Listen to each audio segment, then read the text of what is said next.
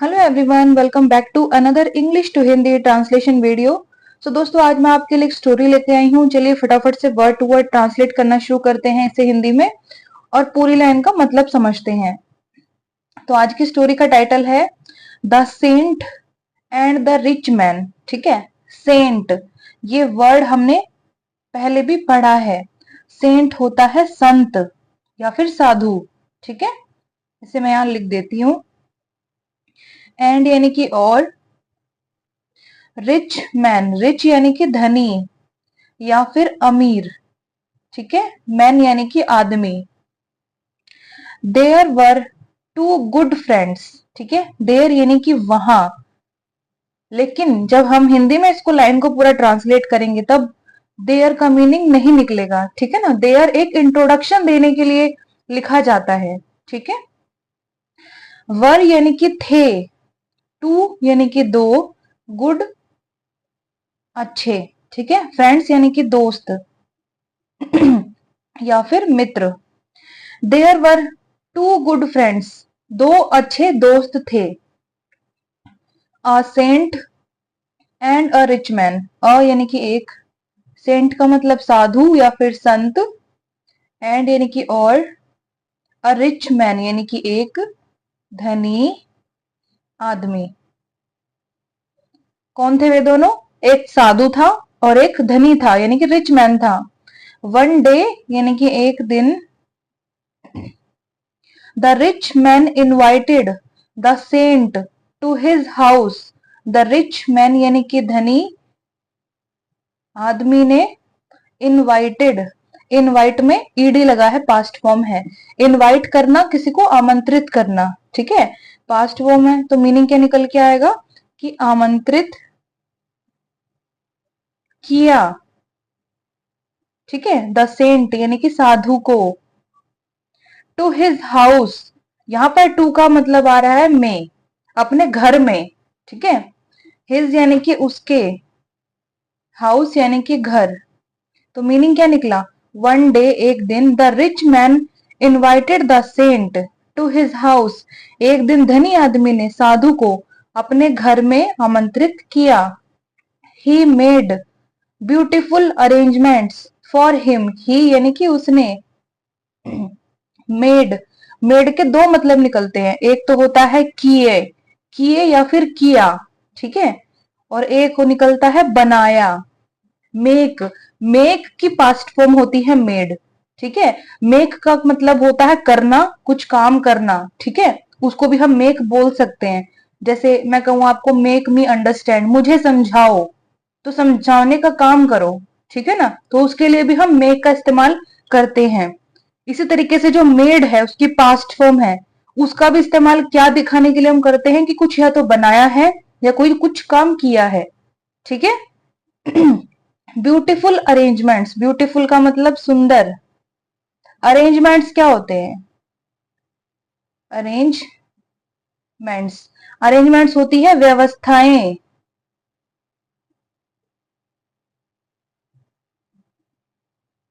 ठीक है, for him यानी कि उसके लिए, फॉर का मतलब के लिए और हिम यानी कि वह या फिर उसके। ठीक है, तो पूरी लाइन का मीनिंग क्या निकला? ही मेड ब्यूटीफुल अरेंजमेंट्स, उसने सुंदर व्यवस्थाएं की, फॉर हिम उसके लिए। ठीक है the saint was very happy, यानी कि साधु, वॉज यानी कि था, वेरी हैप्पी यानी कि बहुत खुश। ठीक है, the saint was very happy, साधु बहुत खुश था। But a man who was jealous of their friendship, but यानी कि पर या फिर परंतु। ठीक है, अ यानी कि एक, मैन यानी कि आदमी, हु वॉज यानी कि जो था। ठीक है, जेलस ऑफ, जेलस ऑफ इकट्ठा बोले जाने वाला वर्ड है। ठीक है, जेलस ऑफ, जेलस ऑफ का मतलब होता है से ईर्ष्यालु, किसी से ईर्ष्यालु होना, किसी से जलना, ईर्ष्या करना। ठीक है ना, देयर फ्रेंडशिप, देयर यानी कि उनकी, फ्रेंडशिप क्या होती है? मित्रता या फिर दोस्ती। ठीक है, तो मीनिंग क्या निकल के आया इस लाइन का, बट अ मैन यानी कि पर एक आदमी, who was jealous of their friendship, जो उनकी मित्रता से या फिर उनकी दोस्ती से ईर्ष्यालु था, and said to the saint, and यानी कि और सैड यानी कि उसने कहा या फिर वो बोला, टू द सेंट यहाँ पर टू का मीनिंग है से, द सेंट यानी कि साधु, एक आदमी जो उनकी मित्रता से ईर्ष्यालु था, है ना, वो बोला साधु से। सी यानी कि देखो, फर्स्ट फॉर्म है, your friend has intentionally made this arrangement to make you feel low. क्या कहती है लाइन, योर फ्रेंड यानी कि तुम्हारा दोस्त, हैज का मतलब उसने कुछ काम किया है, ठीक है, और हैज के साथ वर्ब की पास्ट फॉर्म आएगी, ठीक है, तो वर्ब है यहाँ पर मेड, किससे बना है, मेक से, मेक की पास्ट फॉर्म है, ठीक है ना। तो हैज इंटेंशनली, पहले इस वर्ड को पढ़ेंगे, फिर हैज और मेड को हम कनेक्ट करेंगे। इंटेंशनली, इंटेंशनली का मतलब क्या होता है, जानबूझकर, ठीक है, मतलब उसने अपनी इंटेंशन के साथ, कुछ सोच समझ के, जानबूझ के किया, ठीक है। तो हैज मेड, हैज के साथ अब मेड का मीनिंग निकालेंगे कि सी योर फ्रेंड, देखो तुम्हारे दोस्त ने, हैज इंटेंशनली मेड, है ना, यानी कि जानबूझकर किए हैं, हैज मेड का मतलब क्या आएगा कि जानबूझकर किए हैं, ठीक है। दिस अरेंजमेंट, दिस यानी कि यह है, अरेंजमेंट यानी कि व्यवस्था, to make you feel low, ठीक है, टू मेक यानी कि कराने के लिए, मेक का मतलब मैंने अभी आपको बताया ना, एक होता है बनाना, कोई काम या कोई चीज बनाना, ठीक है, और एक मेक का मतलब होता है किसी को कुछ महसूस कराना, या फिर किसी को कुछ समझाना, या किसी को दुखी करना, खुश करना, इन चीजों के लिए जो करना शब्द है वो मेक होता है, ठीक है। जैसे मैं आपको कहूं मेक मी हैप्पी, मुझे खुश करो, ठीक है, डोंट मेक मी एंग्री, मुझे गुस्सा मत दिलाओ, यानी कि कोई काम उसमें इनडायरेक्टली छुपा हुआ है जो करने के लिए कहा जा रहा है, और उसी करने के लिए हम मेक लगाते हैं, ठीक है। टू मेक यू यानी कि तुम्हें, फील यानी कि महसूस करना, तो महसूस कराने के लिए, ठीक है, लो यानी कि कम। तो पूरी लाइन क्या कहती है, सी देखो, your friend has intentionally made this arrangement, तुम्हारे दोस्त ने जानबूझ के यह व्यवस्था की है, to make you feel low, तुम्हें कम महसूस कराने के लिए, ठीक है। He wants to show you how much he has attained in life, he wants यानी कि वह, वॉन्ट्स यानी कि चाहता है, to show you, to show यानी कि दिखाना, किसी को कुछ शो करना, दिखाना, ठीक है। यू यानी कि तुम्हें, हाउ मच, हाउ मच इकट्ठा बोले जाने वाला वर्ड है, ठीक है, हाउ मच का मतलब होता है कितना, ठीक है। He has attend, again has के साथ वर्ब की थर्ड फॉर्म यानी कि वर्ब की पास्ट फॉर्म है, ठीक है, तो ही यानी कि उसने, हैज अटेंड, अटेन करना, प्राप्त करना किसी चीज को, तो ये वर्ड क्या कहलाएगा, अटेंड, हैज के साथ वर्ब की पास्ट फॉर्म, तो उसने कितना प्राप्त किया है, ठीक है। How much he has attend, उसने कितना प्राप्त किया है, इन लाइफ यानी कि जीवन में, ठीक है। And you are nothing, and यानी कि और, यू आर यानी कि तुम हो, नथिंग यानी कि कुछ नहीं। तो क्या कहती है line, he wants to show you, वह तुम्हें दिखाना चाहता है, how much he has attained in life, उसने जीवन में कितना प्राप्त किया है, एंड यू आर नथिंग, और तुम कुछ नहीं हो, ठीक है। हेयरिंग दिस, हेयरिंग यानी कि सुनकर, ठीक है, दिस यानी कि यह है। The saint was very angry, the saint यानी कि साधु, वॉज यानी कि था, वेरी यानी बहुत, एंग्री, एंग्री क्या होता है, एंग्री अभी मैंने आपको बताया है गुस्सा या फिर क्रोधित, ठीक है। तो मीनिंग क्या निकला इस लाइन का कि हेयरिंग दिस, यह सुनकर, the saint was very angry, साधु बहुत क्रोधित था, ठीक है। He shouted on the rich friend, he यानी कि वह, शाउटेड, शाउट में ईडी लगा है, पास्ट फॉर्म है, शाउट करना चिल्लाना, तो ईडी से पास्ट फॉर्म हो गई यानी वह चिल्लाया, ऑन यानी कि पर या फिर के ऊपर, द रिच फ्रेंड यानी कि धनी दोस्त या फिर अमीर दोस्त, he shouted on the rich friend, वह अपने धनी दोस्त पर या अमीर दोस्त पर चिल्लाया। You have achieved only money, you यानी कि तुमने, हैव अचीव्ड, हैव या फिर हैज के साथ हमेशा वर्ब की थर्ड फॉर्म या फिर वर्ब की पास्ट फॉर्म आती है, ठीक है। और यू जो शब्द है वो प्लूरल शब्द होता है, बहुवचन में आता है, ठीक है। और जो ही शब्द होता है, ही या फिर शी या फिर इट, ये जो तीनों शब्द होते हैं या फिर किसी पर्टिकुलर एक इंसान का नाम दिया हो वो सिंगुलर होता है तो उसके साथ हैज आएगा, ठीक है। बट आई, वी, दे और यू, इनके साथ हमेशा हैव आता है क्योंकि प्लूरल वर्ड है, बहुवचन में आते हैं, ठीक है। तो हैव अचीव्ड, अचीव करना भी होता है प्राप्त करना, जैसे अटेन करना होता है, सेम इसका भी मीनिंग वही होता है, ठीक है। तो हैव अचीव्ड यानी कि प्राप्त किया है,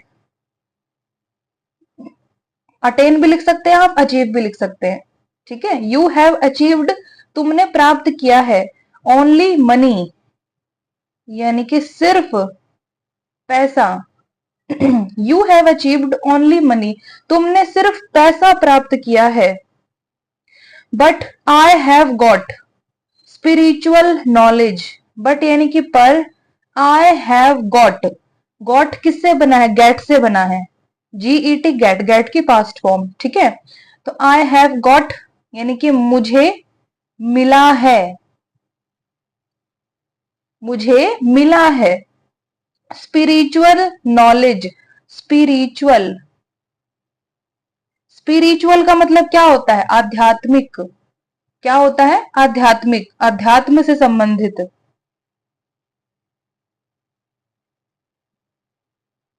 आध्यात्मिक, ठीक है। और नॉलेज यानी जानकारी या फिर ज्ञान, ज्ञान के लिए भी हम नॉलेज का ही इस्तेमाल करते हैं, ठीक है। तो ये लाइन क्या कहती है, you have achieved only money, तुमने सिर्फ पैसा प्राप्त किया है।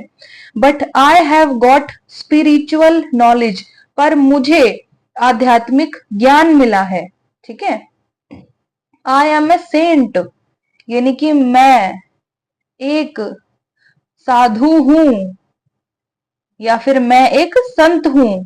The rich friend was stunned, the rich friend यानी कि अमीर या फिर धनी मित्र या फिर दोस्त, वॉज यानी कि था, स्टन्ड, स्टन्ड का मतलब चकित, ठीक है। यह सुनकर उसके बाद जो उसका अमीर दोस्त था, रिच फ्रेंड वॉज स्टन्ड, वो स्टन्ड था, चकित था। ही रिप्लाइड वेरी पोलाइटली, ही यानी कि उसने, रिप्लाइड यानी कि जवाब दिया, ठीक है। रिप्लाई, ये जो रिप्लाइड है ये बना है रिप्लाई से, रिप्लाई की पास्ट फॉर्म है, ठीक है, उसने जवाब दिया। वेरी पोलाइटली, वेरी यानी कि बहुत, पोलाइटली, पोलाइटली का मतलब होता है विनम्रता के साथ या फिर विनम्रता से। ही रिप्लाइड वेरी पोलाइटली, उसने विनम्रता से, बहुत विनम्रता से जवाब दिया। दो यू हैव, दो यानी कि हालांकि, इसे बोलेंगे कैसे हम, ये हिंदी वाला दो नहीं, इंग्लिश वाला दो है, ठीक है। यू हैव, हैव के साथ हमेशा वर्ब की पास्ट फॉर्म, ठीक है। यू हैव सैक्रिफाइस्ड, आ गई ना past form, you have sacrificed, ये क्या वर्ड है, सैक्रिफाइस्ड, सैक्रिफाइस करना, बलिदान करना, ठीक है, या फिर त्याग करना। तो यू हैव सैक्रिफाइस, तुमने त्याग किया है, तुमने त्याग किया है। ऑल वर्ल्डली थिंग्स, ठीक है, ऑल का मतलब सब या फिर सारी, ठीक है। वर्ल्डली, वर्ल्डली किससे बना है? वर्ल्ड से बना है। वर्ल्ड का मतलब विश्व, दुनिया या फिर संसार, ठीक है। तो वर्ल्डली का मतलब होता है सांसारिक। सांसारिक का मतलब संसार से संबंधित। थिंग्स यानी कि चीजें। तो पूरी लाइन क्या कहती है कि you have sacrificed all worldly things, तुमने सारी सांसारिक चीजों का त्याग किया है। Yet your ego is still intact, yet यानी कि अभी तक, योर यानी कि तुम्हारा, ईगो, ईगो क्या होता है? ईगो का मतलब होता है घमंड या फिर अहंकार, ठीक है। इज यानी कि है। स्टिल, स्टिल का मतलब होता है अभी भी, ठीक है। इंटैक्ट, इंटैक्ट होना यानी कि बरकरार होना, तो बरकरार है। येट अभी तक, योर ईगो तुम्हारा अहंकार, इज स्टिल इंटैक्ट अभी भी बरकरार है, ठीक है। तुम बेशक साधु तो बन गए हो, तुमने सारी सांसारिक चीजों का त्याग तो कर दिया है, पर तुम्हारा ईगो यानी अहंकार अभी भी इंटैक्ट है, बरकरार है, ठीक है। There is no difference between you and me, there यानी कि वहां इंट्रोडक्टरी वर्ड है, ठीक है, यानी कि यहां पर मीनिंग नहीं निकलेगा। इज यानी कि है, नो यानी कि कोई नहीं। डिफरेंस, डिफरेंस क्या होता है? डिफरेंस का मतलब क्या होता है? फर्क, ठीक है। बिटवीन यानी कि के बीच, दो लोगों के बीच की बात हो रही है, दो से ज्यादा लोग होते हैं तो उनके बीच को हम क्या बोलते हैं? अमंग, AMONG, अमंग, ठीक है। तो यहां पर है between. You and me, you यानी कि तुम्हारे, एंड मी यानी कि और मेरे।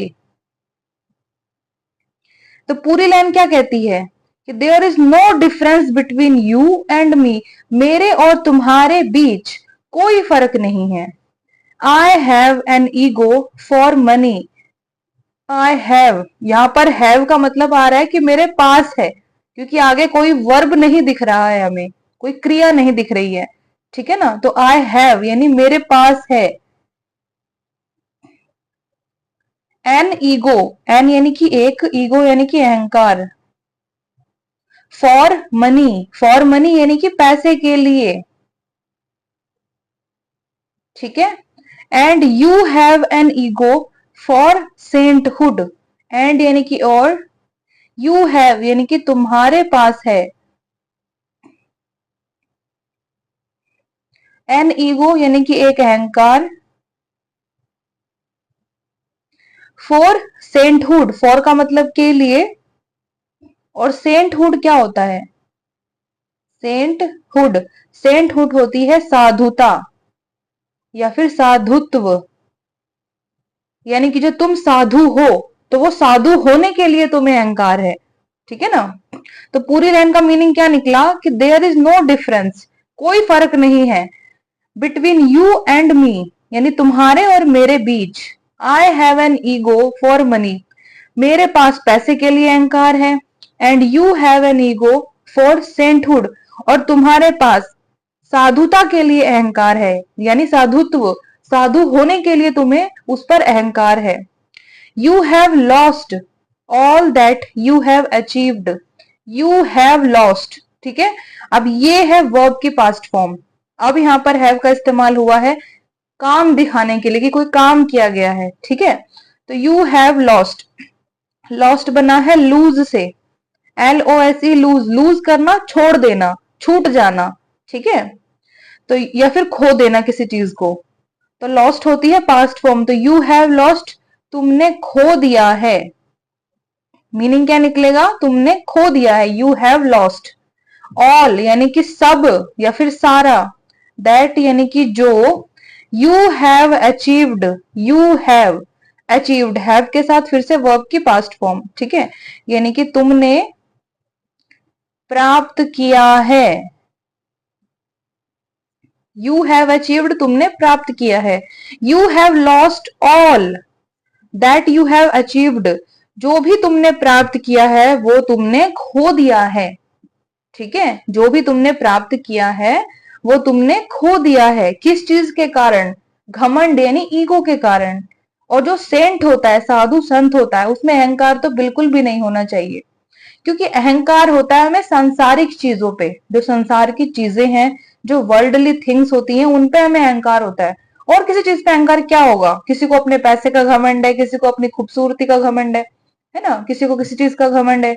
लेकिन जो साधु होता है उसको किसी भी चीज का घमंड नहीं होता, क्योंकि वो सब कुछ त्याग चुका होता है। लेकिन यहाँ पर क्या हुआ कि जो सेंट था, साधु था, उसने उसकी बराबरी करने की कोशिश की, और इसी चक्कर में जो उसका सेंटहुड था वो उसने खो दिया। ठीक है, तो फटाफट से स्टोरी को हम दोबारा दोहराएंगे। तो कल वाला जो टॉपिक था वो थोड़ा सा हार्ड, उसमें वोकैबुलरी यूज हुई थी, तो मैंने सोचा आज आपके लिए एक थोड़ी आसान वोकैबुलरी वाली मैं स्टोरी बनाऊं, ताकि थोड़ा सा आपको रिलैक्स फील हो, क्योंकि कल थोड़ा सा हार्ड था, है ना। तो कभी गरम कभी नरम ऐसे चलता रहना चाहिए, तभी चीजें सही चलती है। तो चलिए अपनी स्टोरी पर आते हैं। तो आज का टाइटल था the saint and the rich man, यानी कि साधु और एक अमीर आदमी। ठीक है, there were two good friends, दो अच्छे दोस्त थे। A saint and a rich man, एक साधु और एक अमीर आदमी या फिर धनी आदमी। वन डे यानी कि एक दिन, the rich man invited the saint to his house, धनी आदमी ने साधु को अपने घर में आमंत्रित किया। He made beautiful arrangements for him, उसने उसके लिए यानी अपने दोस्त के लिए सुंदर व्यवस्थाएं की। The saint was very happy, साधु बहुत खुश था। बट अ मैन, पर एक आदमी, who was jealous of their friendship, जो उनकी मित्रता से ईर्ष्यालु था, एंड सेड, और बोला, टू द सेंट यानी साधु से बोला, सी देखो, your friend has intentionally made this arrangement, तुम्हारे दोस्त ने जानबूझकर ये व्यवस्थाएं की हैं, to make you feel low, तुम्हें कम महसूस कराने के लिए।